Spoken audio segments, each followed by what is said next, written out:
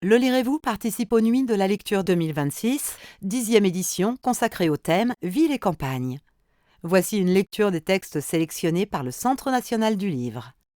Nature humaine, prix Femina, raconte la trajectoire d'Alexandre, un jeune homme resté à la campagne pour reprendre l'exploitation agricole familiale dans le Lot, alors que ses 3 sœurs partent vers la ville et d'autres horizons.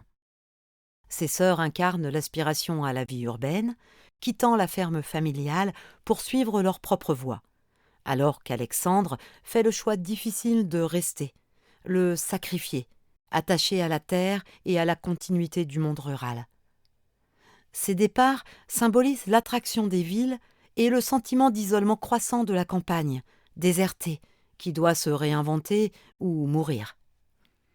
Serge Joncourt livre ici une admirable fresque humaine sur les bouleversements du XXe siècle où s'affrontent attachement au territoire, attrait du progrès et nécessité de réinventer l'existence rurale face à l'urbanisation croissante. Samedi 3 juillet 1976. C'était bien la première fois que la nature tapait du poing sur la table. Depuis Noël, il ne pleuvait plus. La sécheresse raidissait la terre et agenouillait le pays. À cela s'étaient ajoutées de fortes chaleurs en juin. Les mailles du vieux thermomètre sur le mur en étaient craquelées. Au fil des coteaux, les prairies s'asphyxiaient. Les vaches broutaient les ombres en lançant des regards qui disaient la peur. Depuis que la canicule essorait les corps, au Bertrange, le journal télévisé de 20 heures était devenu plus important que jamais. Pour Alexandre, tous ces reportages sur la vague de chaleur, c'était l'opportunité de voir des tas de jeunes femmes en jupe ou en bikini, des images le plus souvent filmées à Paris, des filles court vêtues marchant dans la ville, d'autres se prélassant dans des squares ou à des terrasses, et certaines même seins nus autour d'un plan d'eau. Du haut de ses 15 ans, c'était assez irréel. Quant à ses sœurs, elle contemplait ce monde tant désiré, ces rues grouillantes et ces trottoirs pleins de cafés et de terrasses aux allures de Saint-Tropez, pensant que c'était là l'exact opposé de l'ennui. Au moins, cette chaleur était-elle l'occasion d'une gigantesque communion vestimentaire de la nation, car en ville, comme au Bertrange, on ne craignait pas de déboutonner la chemise ou d'aller torse nu. Pour beaucoup, cette fournaise extravagante provenait des essais atomiques, et de toutes les centrales nucléaires qui poussaient en Angleterre, en France et en Russie. Des bouilloires démentes qui ébouillantaient le ciel et cuisaient les fleuves. Pour le père, cette vague de feu venait plutôt des stations spatiales que Russes et Américains balançaient dans l'espace, des usines flottant là-haut dans le ciel et qui devaient agacer le soleil. Le monde devenait fou.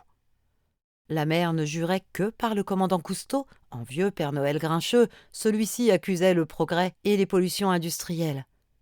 Alors que, franchement, on ne voyait pas bien le rapport entre la fumée des usines et les nuits de feu au Bertrange. À la télé, comme partout, chacun y allait de ses superstitions.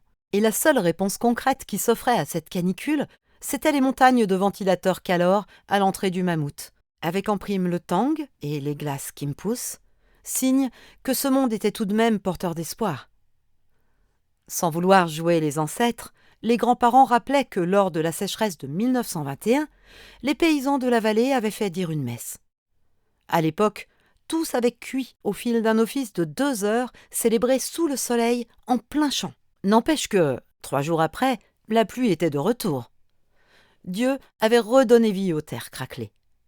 Seulement, en 1976, Dieu n'était plus joignable, parce qu'il n'y avait plus de curé à l'église de Saint-Clair, et que, sans intercesseur, les cierges brûlés à la Saint-Médard n'avaient pas eu le moindre effet. Aucune goutte n'était tombée. Le soir, à la météo, ils affichaient un soleil géant sur la carte de France, et puis des éclairs jaunes comme dans les bandes dessinées, des orages qu'on ne voyait jamais en vrai, preuve du prodigieux décalage qui existait entre la télévision de Paris et le monde d'ici. Merci de votre écoute. Retrouvez les 15 lectures des Nuits de la lecture 2025 sur le podcast Le Lirez-vous, disponible sur toutes les plateformes.